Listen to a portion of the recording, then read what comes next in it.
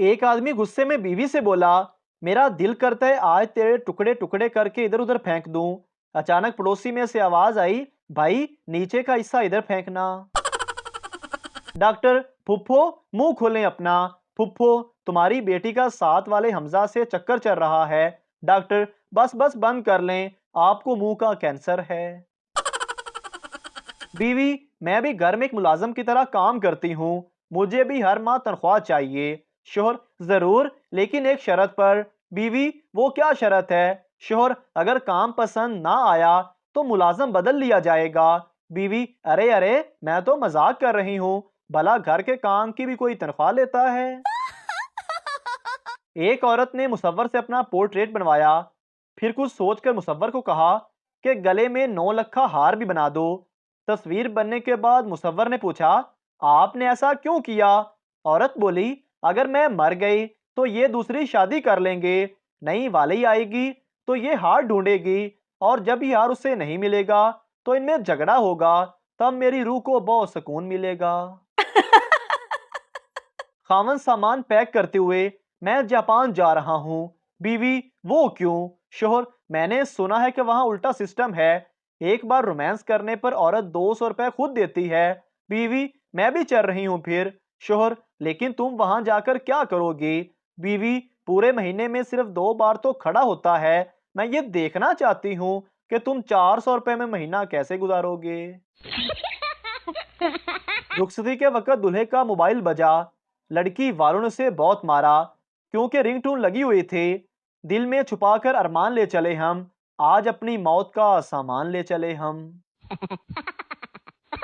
एक फकीर बच्ची से, अल्लाह के नाम पे दे दे बेटा।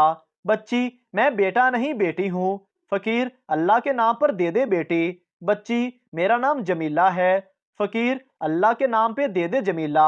बच्ची, मेरा पूरा नाम जमीला परवीन है। फकीर, अल्लाह के नाम पे दे दे जमीला परवीन। बच्ची, ये हुई ना बात, अब माफ करो बाबा। एक लड़की का दूसरी बार रेप हो गया, रोते हुए उसने अपने दोस्त को बताया। दोस्त बोला, मैंने तुझे कहा भी था कि आगे से ध्यान रखना।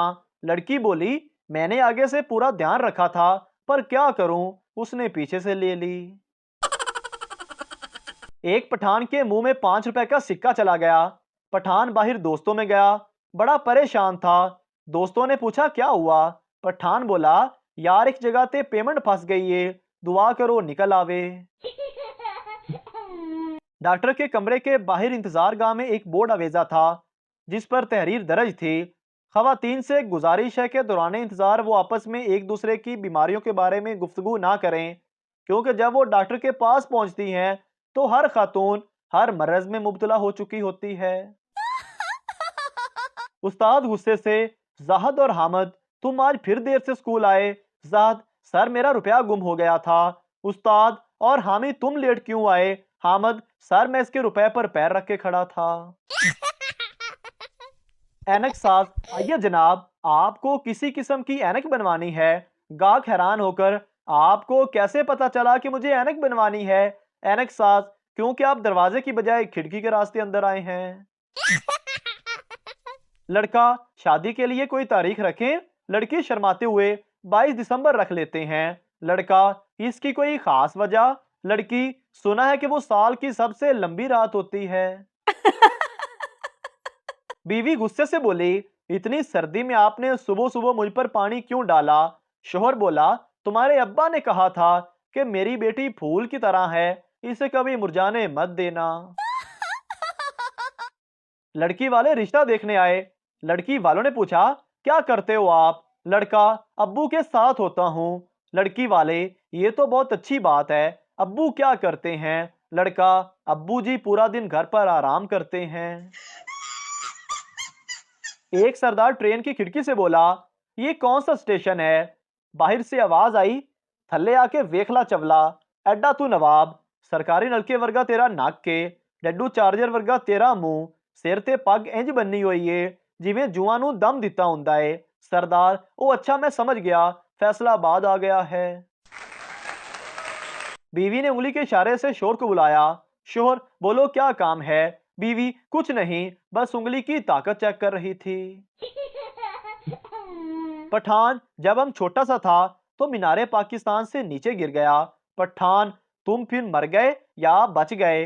पहला पठान, हमको याद नहीं क्योंकि उस वक्त हम बहुत छोटा था।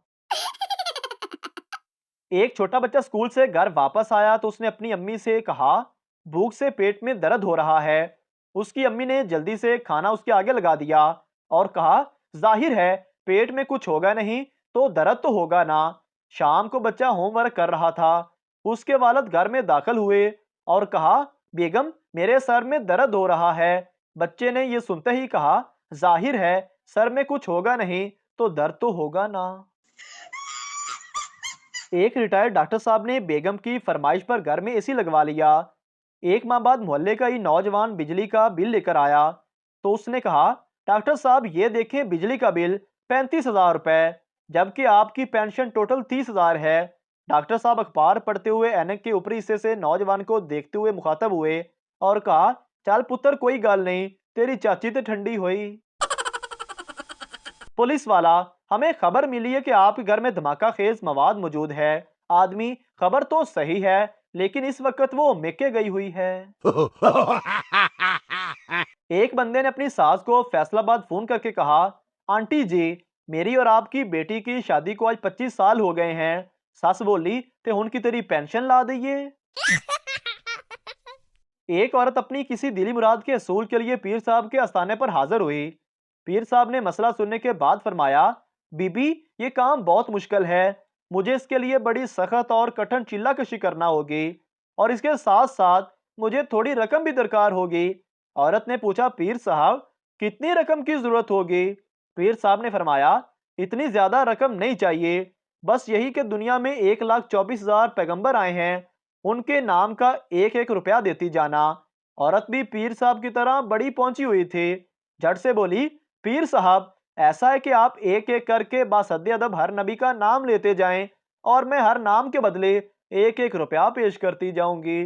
पीर साहब तब से बेहोश पड़े हैं। खामन, तुम्हारे बाप की आग लगाने की आदत अभी गई नहीं? बीवी, अब क्या हो गया?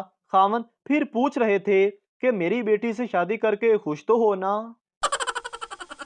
शेख साहब बेगम के साथ एक होटल के सामने से गुजर रहे थे कि अचानक कबाब की इश्तियाअंगेज खुशबू बेगम साहिबा के नथनों से टकराई तो बेख्तियार कह उठी, वाह क्या खुशबू है। शेख साहब बड़े फ्याजाना अंदाज में बोले, बेगम पसंद आई कबाब की खुशबू? बेगम साहिबा, जिनके पिछले 3 हफ्तों से साग खा खा के कान भी सब्ज रंग के हो गए थे, जल्दी से बोली, जी सरताज। शेख साहब भी हातम ताई की कब्र को लात मारते हुए बोले, चलो दोबारा से गुजरते हैं उसी होटल के सामने से। चोर घर का सारा सामान जमा कर रहे थे। जब जाए नमाज उठाने लगे तो मालके मकान बोला, इसे तो छोड़ दो, मैं नमाज कैसे पढ़ूंगा? चोर बोला, नमाज तेरे कल्ले ते ही फरोज हुई है, असी भी मुसलमान आ। बाबा जी कहते हैं कोई अरबों खा गया, कोई खरबों बाहर ले गया, लेकिन पकड़े वही जाते हैं जो मोटरसाइकिल के कागजात घर भूल जाते हैं। मोहतरम नाजरीन, अगर आपको हमारी वीडियो अच्छी लगी है तो हमारे इस चैनल को सब्सक्राइब ज़रूर कर दीजिए ताकि आपको इस तरह की और मज़ाहिया वीडियोस फौरी और बर वक्त मिलती रहें।